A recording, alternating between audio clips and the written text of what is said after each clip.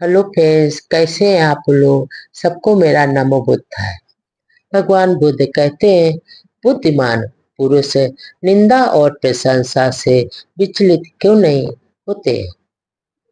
भक्तिए थेर की एक कहानी भगवान बुद्ध अपने भिक्षु संघ को सुनाते हैं। भगवान बुद्ध कहते हैं, श्रावस्ती में जेतवन विहार में लकुटक भद्दिए थेर भी निवास किया करता था। वह कद में ठिगना बहुत छोटा था, अतः उसे सब लोग लकुटक भद्दिए कहकर बुलाते थे।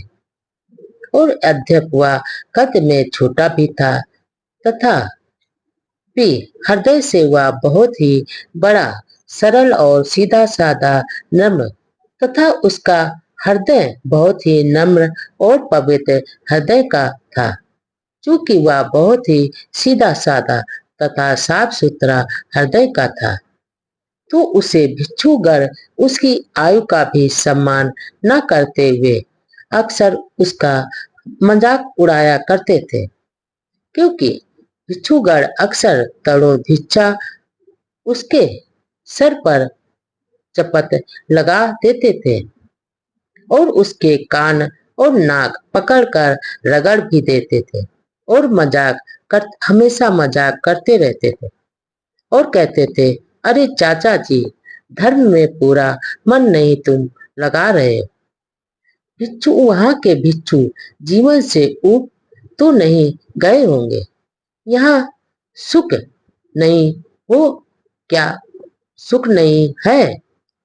आदि आदि वहां पर उसको भिक्षुगण चिढ़ाते रहते थे और वह भला और स्वच्छ हृदय वाला फिर उनके इस गलत व्यवहार और मजाक पर भी बुरा नहीं मानता था और उन पर तो गुस्सा भी नहीं करता था और न ही उन्हें कोई दोष देता था।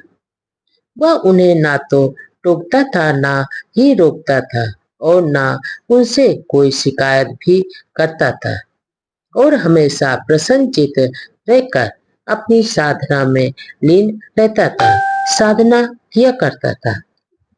आगे भगवान बुद्ध यानी शाकमुन लकुटक भद्दिए थेर के विषय में जानकारी देते हुए अपने भिक्षु संघ को बताते हैं। कहते हैं कि उधर एक दिन संध्या बेला में धर्म सभा में चर्चा चल रही थी। तब वहाँ लकुटक भद्दिए थेर के साथ तरुण भिक्षु ऐसा दुर्व्यवहार करते हैं, पर वे इतने अच्छे हैं कि किसी पर भी ना तो वो क्रोध प्रकट करते हैं और ना ही बुरा मानते हैं और ना किसी के प्रति द्वेष और रखते हैं, दोष आदि रखते हैं। उसी समय वहां पर शास्ता यानी भगवान बुद्ध पधार गए यानी आ गए। भगवान बुद्ध ने चर्चा का विषय सुना तो भगवान बुद्ध ने भिक्षुगण से कहा, यह सच है कि क्षीणा सत्य भिक्षु न तो किसी पर क्रोध करते हैं और न ही किसी को दोष देते हैं। वे तो पत्थर की चट्टान की तरह प्रशंसा और निंदा दोनों में ही अडिग रहते हैं।